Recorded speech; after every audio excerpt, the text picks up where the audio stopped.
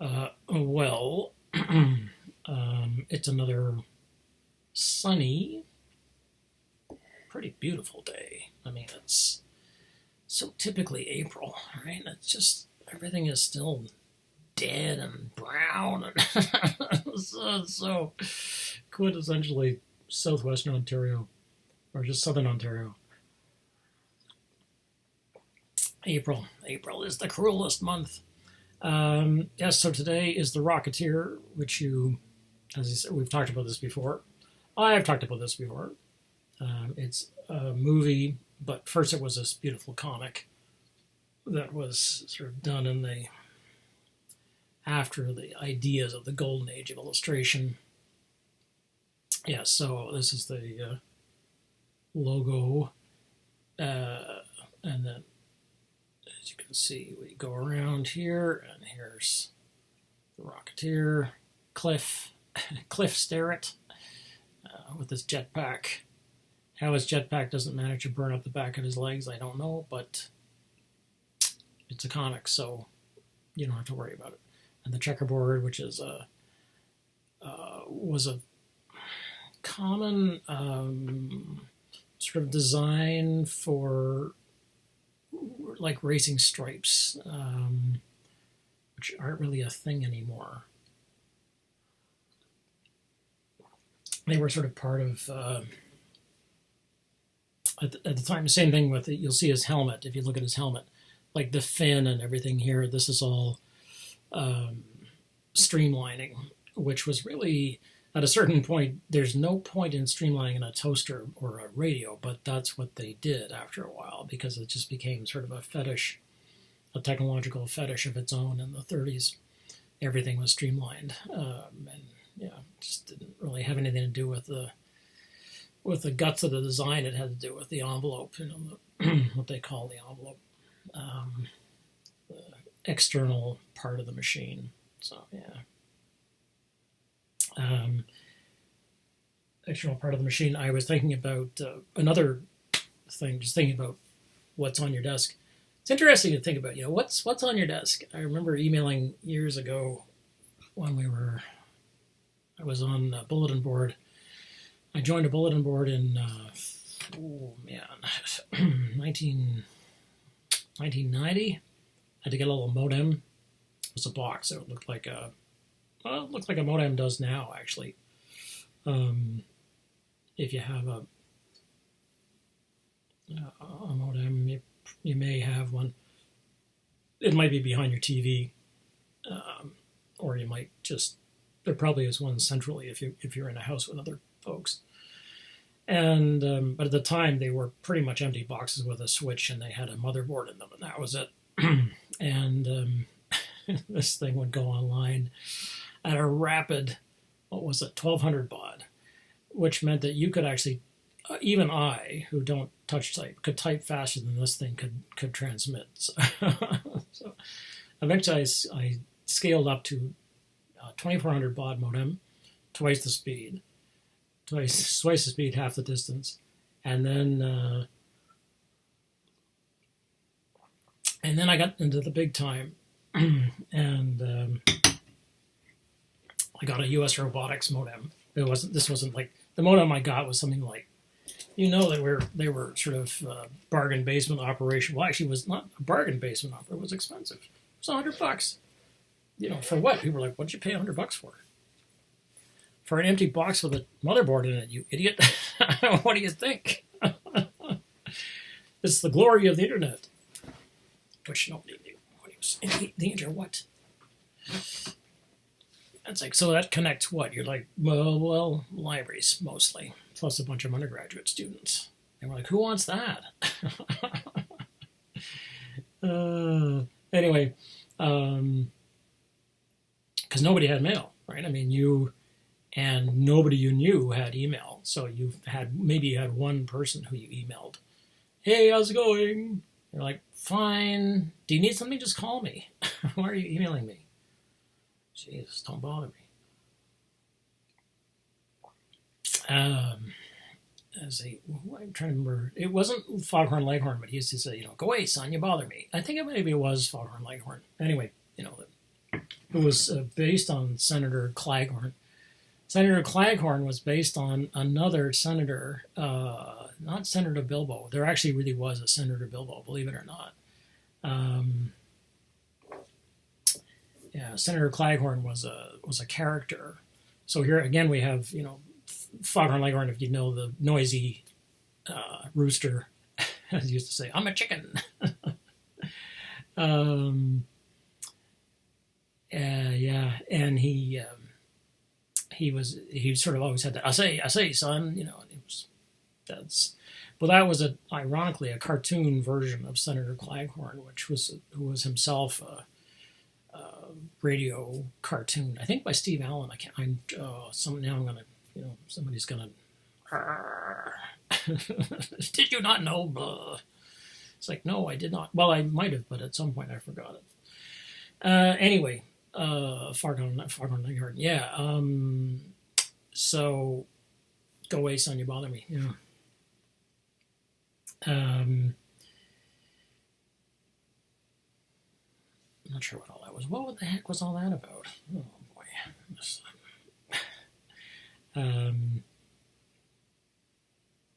I'll think of it.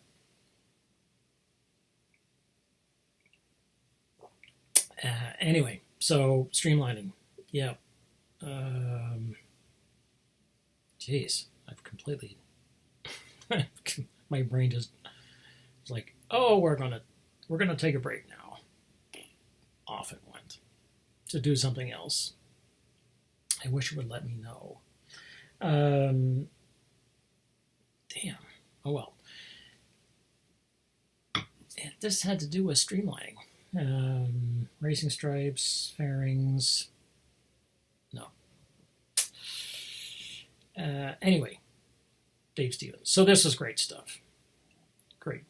There was only ever a small amount of it, and then they made a movie out of it with Jennifer Connelly, a young Jennifer Connelly.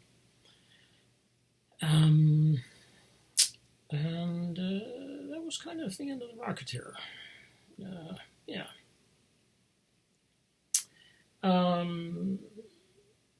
But I was thinking about.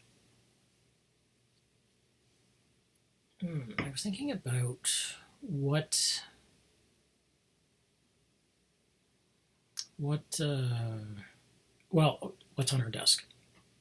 This is where I was. I remember now. You were like, oh, Tim, if you could only remember. Okay, I got it. I'm back in charge. My brain came back. It just went to the bathroom, I guess. As long as it didn't go to the bathroom in my head, that's fine. Yes, okay. So I got this US Robotics modem, 14.4. Oh my God, it was fast. But yeah, so they were expensive. Yeah, so US Robotics, that was a professionally made. That is, by that I mean it was made in a factory somewhere, so you knew it had to be it had to be better made than some guy with a soldering iron in his basement going, oh damn, bring me another beer. Anyway, modems. So then we got online. It says 1990. Before, like this is before your parents actually existed in the world. No, they probably existed, but they didn't. They weren't together yet. Not probably. Anyway, you were, yeah. So, and then, so we got online, and then I joined the General Electric bulletin board. And it costs, my feeling is it costs $5.35 a month to be online with GE, which was extra money for them because I suppose it was. Actually, I don't know how much it cost them to run that server. I don't know. They didn't even have servers then. They just had a guy switching drives. They didn't even have racked servers. Anyway, so you would dial in to a local number, so it wasn't a long distance call, which was a big deal. I mean, you couldn't afford long distance at the time. Well, even in 1990, yeah, long distance was expensive. Generally, you didn't make long distance calls. You made them very rarely. And you just sucked it up. Like I had people I knew that I was talking to. I knew comics people in LA. And if I get on the phone with them, it was going to be $1 a minute. So we talked for an hour, $60. Yeah, that was expensive. So, and that was $60 in $1990, which is sort of, oh man, it's like 3 to 1 now. So it was expensive, right? It's like it would be making a $180 phone call now. It's expensive. You know, you didn't do that lightly. Yeah, and the calling rates were high. Bell owned lines. You know. So email was cheap. Well, it was free to us. We made a local call. So you called into a local number, and you got a little terminal window, which was all they were the mice, which had been developed really about 10 or so years before, actually more than 10 years before. But very few of us, well, that's not true. By the time we got to 1990, most computers had mice. Not all, but most. Otherwise, it was command line. You actually had to know the commands to run a computer. And, you know, if you're going to word process and so on. You probably had to load the program. Many computers didn't have hard drives. They had a certain amount of cached memory. So you would load the system. You would turn the computer on, put the system in, take the system out of the drive, put the program in you wanted to use. Like early, like I was using Word 3 to give you an example. That's right, yeah, Word 3. And then there was Word 4, Word 5. I had Word 5, Word 6. We got up to Word. I'm trying to remember. I think we got to Word 8 or 7, something like that, and they moved over to starting to call them Office or Word Date. So, you know, Word 1995, Word 95. Oh yeah, boy. And you didn't have to upgrade. I mean, they were like, okay, that's fine. Don't upgrade. You know, just go on using your program. I mean, it didn't go online or anything. None of this stuff was attached. You know, you're just like, typity type. You know, you had to deliberately go online. Oh man! And then let me tell you another one. Jesus Christ! Oh man! And you'd plug your phone line into the back. You know, and nobody knew you were on the phone because the phones didn't have lights on them and any of that. That was all expensive. That stuff was expensive. Fuck that. So, and somebody would pick up the phone and they'd hear, because that would be your computer on the phone sending signals back and forth, duplex, and you'd be like, oh, you know, so everybody would be yelling at the same time. It's another part of the house. Somebody would say, hey, are you on the phone? It's like, and you'd be, get off the phone, get off, you go, and then it would crash because it would crash your connection. A good time was had by all. Oh, it was wonderful times. So after a while, you learn to get on the phone when you get on the line to dial in. And then you'd go around and you'd say, I'm on the internet. Stay off the phone. Stay off the flippin' phone. Except you didn't use the word flippin' unless you were my friend who uses the word flippin'. I definitely did not have the class to use the word flippin' at the time. Oh, man. I didn't use freaking either. Anyway, so then you dial in. So you dial a local number. So in my case, we were in Toronto, so you dial the 416 exchange because there was only one exchange in Toronto. Oh, it was such a good old timer. Let me get my cane. And then you dial into the Genie. General Electric had their own number. And I was not fond of paying money to General Electric because General Electric is one of the biggest military contractors in the United States, actually in the world. And because they make, you know, even then, I mean, well, yeah, they'd been making electrical systems for every frickin' fighter jet there ever was and made in the United States and all kinds of other electrical systems and computer systems and, oh my God, you know, they were developing chips and, so I did not like the idea of giving Genie, specifically giving General Electric, GE, more money. Anyway, they established this bulletin board called Genie, Genie, capital G, capital E, like the logo, which is that curious. It's quite an old-fashioned logo if you look at it, because it's a script logo. I think it dates back to like 1920. I think something like in the 20s. It's quite an antique script. So you'd have this weird sort of it was in a circle. I remember we had a GE fridge at some point, and you'd have that scripted GE, and then there would be streamlining on your fridge in case your fridge, I guess, got towed out into traffic and suddenly, had to make good time in the traffic, and the fridge is doing well today. Oh, look, and, here comes a Frigidaire, plowing past it. Anyway, yeah, streamlining.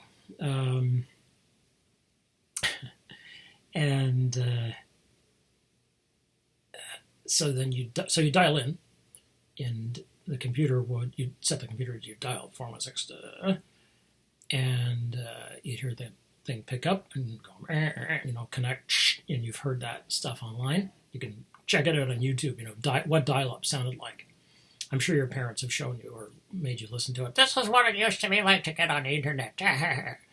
Don't worry, you'll be telling your kids. And then we have these phones, and they'll be like, oh, Mom, we've got these brain implants, it's not cool to be carrying something around. That's just not, we don't do that. What's the matter with you?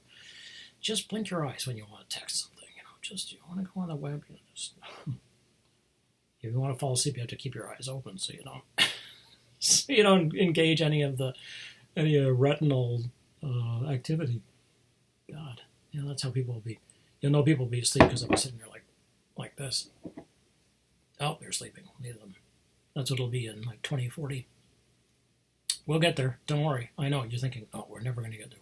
We're going to get there. We'll get there. Don't worry. This isn't I Am Legend or Legend. It isn't just going to be Will Smith and his dog. And a bunch of zombies, of course. It's always zombies.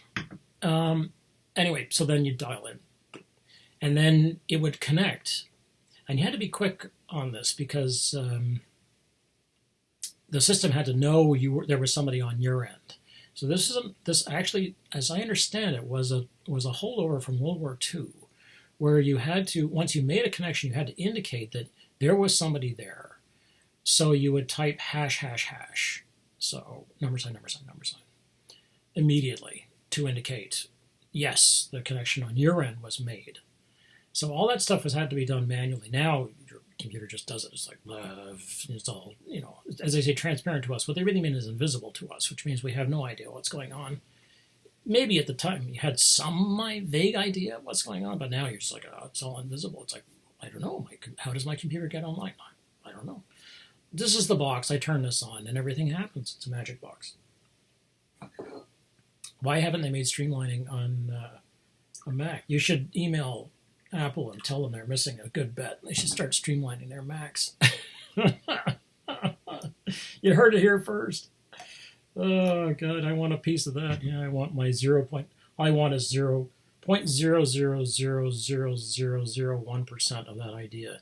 And that's it. I'll be able to afford eggs this week. Get away from the eggs. When I was at the grocery store, I was like, oh, I got to my list. I'm like, oh, it's egg time. Get away from the egg counter. I'm coming over and I want to get the eggs I want this week. I don't want some of these eggs that have been produced by chickens, poor chickens that are sitting there pooping out eggs, and they're being shot full of hormones. And I don't want that. I want chickens that have a chance to run around freely in the yard and eat grass. And yeah, I'll pay an extra $2 for that. Like, back away from the egg case. There's two people standing there like, oh, watch out. It's an academic. Yeah. Look out, it's an academic. Here comes an academic. Oh no. That's what it's like too. People just they just clear the way. They're like, oh no, here Here comes an academic. He probably wants to read a book right now. Oh, God. Oh, man.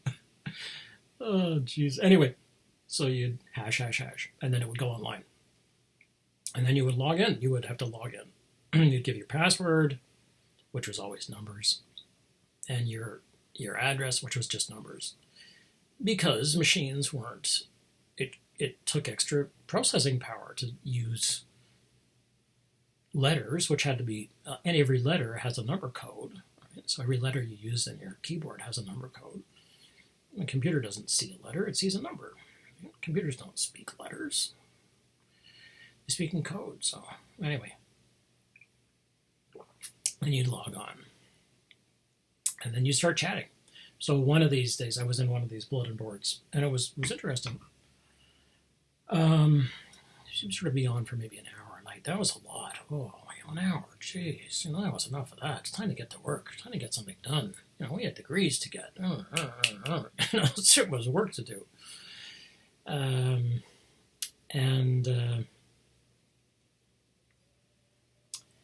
then, so I remember after I'd been on for a year or two, you get to know a bunch of people, and most people were identifiable. Like the reason I signed on to Genie was that a friend of mine said to me, "Oh, you got to join this," because a bunch of science fiction authors had joined.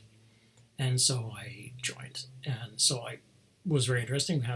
Got to know a whole bunch of people I was reading, and I read, and people who were, quite famous. And it was interesting. They were bright people, and they were interested, and they were, we were all stay-at-homes. I mean, everybody was working from home, and, occasionally you'd go out and, in my case, I'd go out and teach a class or take a class, more likely. And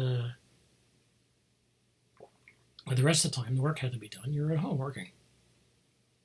And it was good. It was fine. That's how things were. That was the life. And so I remember one day thinking, because I was looking around what was on my desk, and I had two desks, which was quite common at the time to have a computer desk, because the computers were big, right? I mean, the boxes were big, and the monitor was big or not, depending on what you could afford, and the keyboard, and it all took space. You couldn't afford to use all the real estate from your desk that where you actually wrote stuff and read books and things like that. So you had to have an analog desk, computer desk. So I had my computer up on a drafting table so I could stand at it, and it was a good setup. And so I was looking around one day, and I thought, I wonder what's on other people's desks. So I wrote, I posted you could open new topics. So I opened a new topic, and I said, what's on your desk?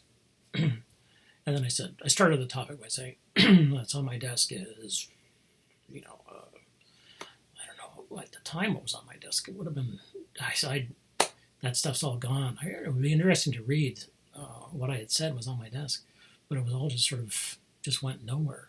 This is one of these interesting things about the net, I think, that the stuff just goes nowhere. The other day, I kept sending myself notes from,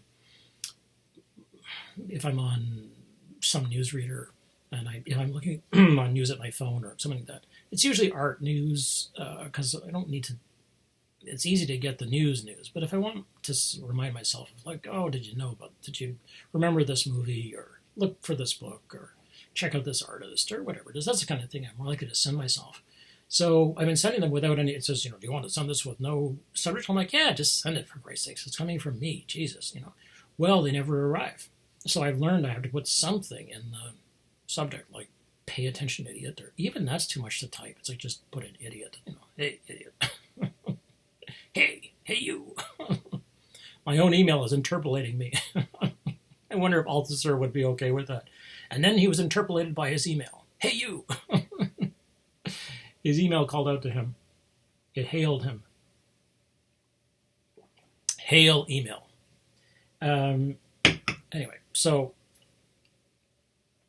I don't know. It's just, it goes out there somewhere. So somewhere, I think that Santa Claus probably gives up one of his elves. This is my theory. And this poor little elf normally would be at the North Pole, but he's been tasked to go and sit in some post office somewhere, a digital post office. God knows where it is. Probably somewhere like Mississauga, or if it's in United States, like Poughkeepsie, or somewhere in Trenton, New Jersey. One of those places where you're on the highway and you see one of those big trucks go past you, and you're like, where is that from anyway? It says Centralia. You're like, Centralia? Where, like, is that even a place? That must be some kind of comic book city or something where, Mr. Motocross Head lives or something. Some strange hero you've never heard of. Anyway, yeah. So I think that's where this elf is, in the basement, cinder block basement, one of those cages. I don't mean the elf is in a cage, just like there's cage, they keep them caged off to, like, this is where all the extra toilet paper is that they've been saving in case of the end of the world, and the water pipes, the usual things. And there's this elf sitting there. And the elf's whole job is to sit at his laptop and watch mail come in that doesn't have a subject line. And he's got to figure out where it should be going. And he probably has success, like, I don't know, maybe one piece of email in a million. He's actually able to redirect properly to the person. It's like, send this to Aunt Betty and, Boiling Sands, New Mexico. Yeah, so off it goes, But the others are like, can't ever find them. So the poor elf can sit in them. And he's sitting there with his little felt slippers are droopy, because he's depressed. He's a depressed elf, sad elf. But there must be somebody, who's got to pay attention to all these pieces of email that never arrive. Like, whatever happened to them? What happens to the scans? Like, I make scans, and it's like, I'm like, where is the scan? So then I have to, I have to look up the software. I'm like, Canon Scan Maker Plus. That reminds me of the ThingMaker Plus. Tomorrow for that. Scan Maker Plus. And I'm Googling, like, where did my scan go? Scan Maker Plus, scan, blah, blah, blah. And it brings up this, people have been looking for their scans since 2012. Where, you might be wondering where your scan went. And then the first 5 articles are for Windows users. I'm like, okay, I'll try this. It says, look in, no, none of those folders exist on a Mac. Anyway, this is 2012. No Mac from 2012 is still working, or if it's working, it's been so invaded by hostile viruses, it's been taken for ransomware 4 or 5 times over. You can't use it anymore. You're using it as a doorstop. After a while, you have more stops than doors in your house. Anyway, where did all that stuff go? All that digital ephemera just went off somewhere. So somebody's been getting my interesting notes to myself with, like, check this book. Well, it doesn't say that, right? Just it's a link to a book or an article, something. All fascinating because I sent it, so it's got to be amazing. Yeah, so I think that's where it's all going. The toy today is, so what's on your desk? This is yeah. So I wrote what's on your desk, and people started writing. It was like, well, this is what's on my desk, and people had things like most of us had dictionaries on our desk, which is interesting. The thing about the dictionaries, it just took up real estate. So it's like, I can't have the dictionary on the desk. It's always taking up real estate. Put that on the floor. That's what the floor is for. You'll see behind me in this shelf here. So I'm not good at this. There are 1, 2, 3 dictionary, three guides to sort of criticism, and then, yeah, you can't see the shelf. I actually have one of these bookcases, which is just all dictionaries. I remember when I first went to the library, when I went to the library as an undergrad, I kept taking those library tours, hoping that I would understand how to use the library. I never did. Looking up articles was so difficult. It was very tough. It involved 2 or 3 different big, thick compendia with their appendices You had to look year by year. Each year had two of these things. Subject index, 2 volumes. A to O, P to Z, and author indexes. It was brutal. It was not worth the while. It literally could take you 40 minutes to find 2 or 3 articles that you could then go and look and see whether or not your library had. They talk about accessible academic work. What was inaccessible about it was not the writing. It was the fact that you couldn't find references to it. Anyway, so what was on your desk? So people wrote back and said, oh, my dictionary, this, I got this paperweight, or things that had become paperweights, like the little mole I showed you yesterday. The stone, not this kind of mole. Yeah, so a lot of the things that I'm just thinking about, the things that I've sort of shown you in the last few days, a number of them have sort of arrived in the last kind of 20 years or so, but some of them have been around for 40 years.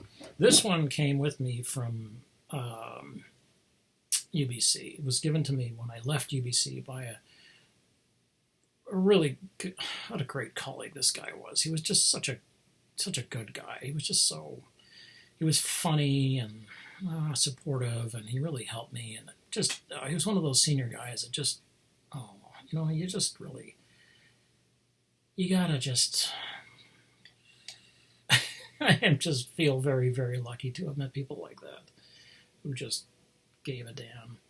Anyway, when I got this job in 1997, and I left, I was planning to leave UBC to come to London, he said, he brought me this. He knew I was interested in war, and I was writing about war, and he said, I thought you would enjoy having this. And I said, yeah, holy Nellies, this is great, Tom. And so it's a First World War, I think it's a 24-pound shell. I think it probably was a 24-pound shell. Don't know. I'd have to look up the markings here. It's the fuse, so it would have been the top of the shell, and these had to be when they put a shell into the breech of a field piece, like a howitzer or whatever it might be.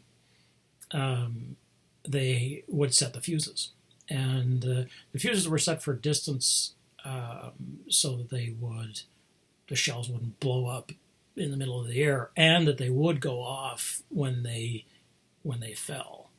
So what's interesting about this is you can see the back of the fuse was actually machined.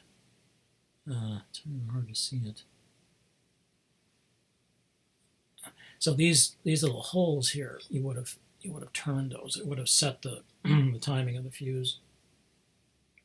And this shell was made in 1917, which is here. I don't know if you can see that. That's bloody hard to see, eh? And then in the quintessential sort of British fashion, whoever decided to bring this home, because shells did come home with people for a while in Britain. You could find, and I'm sure you still can, if you look this up, you could find them. There were umbrella stands that were made out of old shell casings. So basically, you'd fire so what you would do is you would put a shell in to the field piece cannon equivalent, basically, because they weren't really called cannons anymore. A piece of artillery, and you yank the lanyard and boom, so it's basically just like a big gun, right? So the back of the hatch would basically strike the primer and ignite the explosive, and the shell would fly out of and then you'd have to open the hatch and eject the shell casing, and so you would be left with basically a big, long, 1.5 feet, 2 feet of brass, and they just piled them up. I mean, in some cases if you think about some of these battles they fought, like at the Somme or Vimy, or in this case it was Ypres, or Wipers as they called it, because the British are the British, and they would be damned if they learned any French. That's why we hate the French, as the Mr. Bean song goes, even if they were fighting on behalf of the French. Whatever. So yeah, Ypres.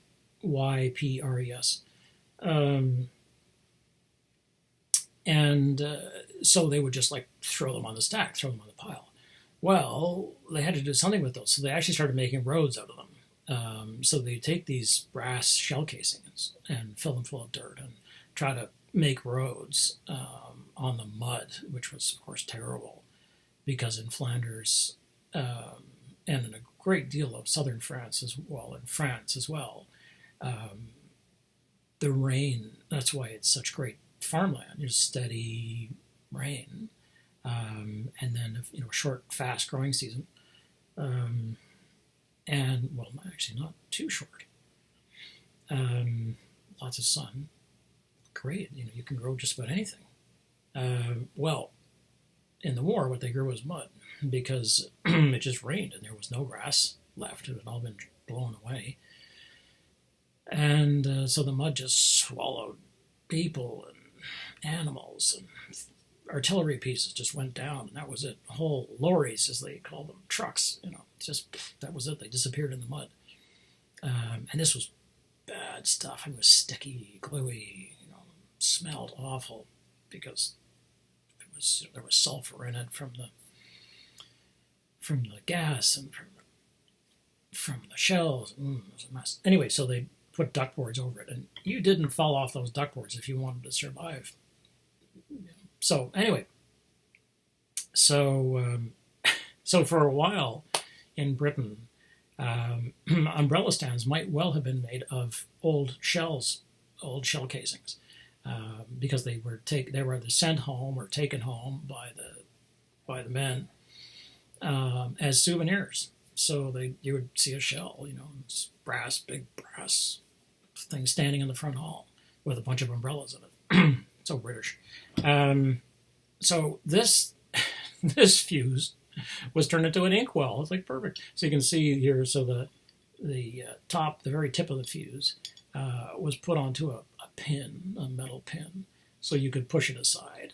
And then they actually did a good job of sealing up the base, so you could actually put ink in here, and it would hold the ink. It's actually watertight or fluid tight, and then you just close it up. Right? It's just so quintessentially British. And then it gets even more amazing, because again, it's hard to see it, but there you go. You can see a little bit. So there you can see Ypres. And then this is the part that always gets me. Jeez, color and light in here is not good. Eh? Here you can just see it. And if you look closely here, you'll see these little leaves, little laurel leaves. Oh my God! So when Tom gave it to me, he said, "I can just imagine, this is called trench art." And it was huge. There was so much brass. So people picked up brass and they would like carve in it, and then they'd take it on. It was a souvenir. So there's actually a whole genre of World War I trench art made of brass. Things made of brass. It's amazing. So when Tom gave it to me, he said that I can just see some poor bastard, sitting there in the trench, somebody, I guess it was a dud, they emptied out the shell casing, they got rid of the round, get rid of that, God knows what it was, and then empty out all the black powder or whatever they were using, explosive, well, it wouldn't have been black powder, and then they'd be left with the pieces, so do a little scrimshaw, basically. Although I think scrimshaw is specifically worked on bone, right? Or ivory, is it? It's on tusks, I think. like walrus tusks, I think is specifically ivory, originally scrimshaw. Anyway, don't know. Yeah, so this, and the thing is heavy. It's probably, I don't know, 6 pounds maybe. This ain't no lightweight. Yeah, it might be 6 pounds. So when you want to hold something down, you want to make a weighty argument. There you go. I think what that makes me think of is I don't really know how anybody survived that. Many people just didn't. Obviously, they didn't survive the physical war, and then when they came home, they didn't survive the mental aftershocks either. I did meet a couple of World War II veterans when I was in BC. They were both. I don't know what he had done. I don't think he had gone overseas, but she had been a warden in London, I guess, during the Blitz, and she had a serious case of PTSD. The poor woman. She had these terrible nightmares, and I asked her about it once. She was telling me about it. She just started crying. She must have been, I don't know, maybe 75. It was just so present and so difficult and terrible. There was no barrier between her and this sort of traumatic event. And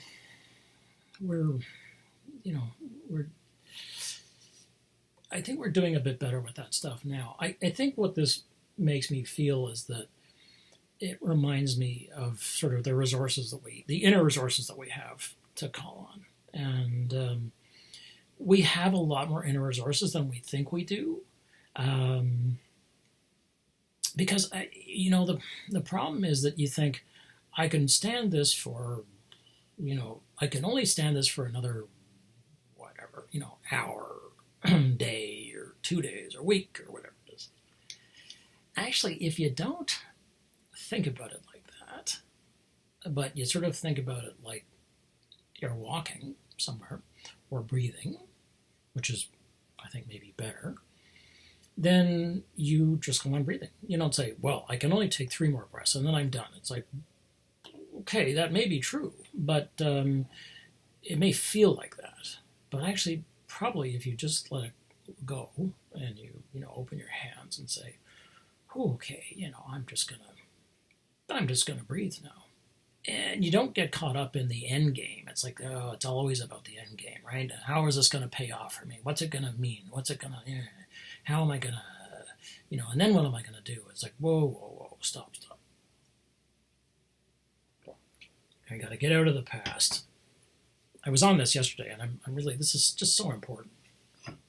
So I am full of admiration for the poor guy who did this. And it's this thing has a lot of meaning because, first of all, somebody who helped me enormously in my life gave it to me, and I like him, and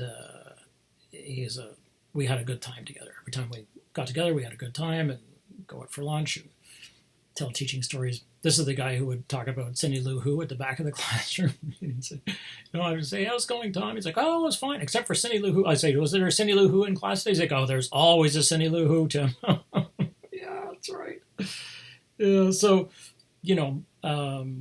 but he was struck by this. He was something of an antiques collector. Not a crazy collector, but he was picky. But I think that he looked around and he was like, what would Tim like? And so he gave this to me, and that was very touching. And it also was a reminder of, like, look at the terrible situation that this guy was in. It was 1917. They'd been at war for 3 years. They had no idea that in 1917 it didn't look like it was going to be over. They nearly mutinied. They didn't mutiny because they couldn't take it anymore. They mutinied because they couldn't eat. I mean, they were being treated like shit. The conditions were so bad in the trenches. They were like, we can't actually fight.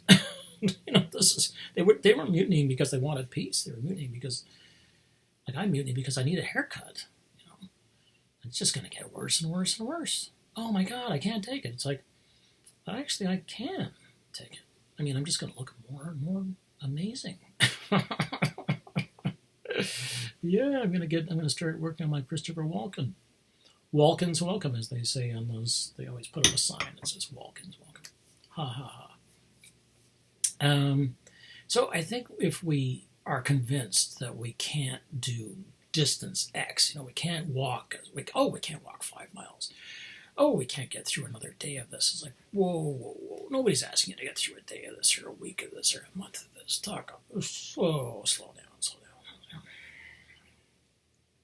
We just want to do a breath. Let's just do a breath, and then let's do another breath, and then let's do that. And then let's do the next thing. And let's just remember to stay very, very localized. Stay where you are. And remember that after this guy had marked where he was, Ypres, which was, not a healthy place to be. Well, where on the front was a healthy place to be. But of all the places to be, Ypres, oh my God. But then, he wasn't finished. He had to go on and carve out, probably with his trench knife or his bayonet, which they were still issuing them, even though they weren't putting them on, laurels. Wow. Now, that's what I consider to be taking it one leaf at a time. It's like, wow, that's really something. So this is a reminder to me, a daily reminder to me, of a good friend that I had more than 20 years ago, and what he thought about this when he gave it to me, and the person who made it, and the fact that at some point it obviously got passed along. Could have been a Canadian. Who knows? I have no idea. I just suspect that it was probably not a German, but could have been. So what are the resources that we have? And I'm telling you, they're a lot deeper, a lot wider, and a lot longer than you think. They are, if you are not focused on how long you can bear through something, the resources you have will do you just fine. They really will. When you find yourself counting and thinking, I can only do this for another hour, 5 minutes, 3 days, month, whatever it is. It's like, okay, let's take a huge step back from that and stop counting and say, I don't know about any of that stuff. I just know that right now I'm taking a breath, and then I'm going to take another one. And let's leave it at that. And remember that there's all kinds of stuff on your desk that you probably haven't thought about.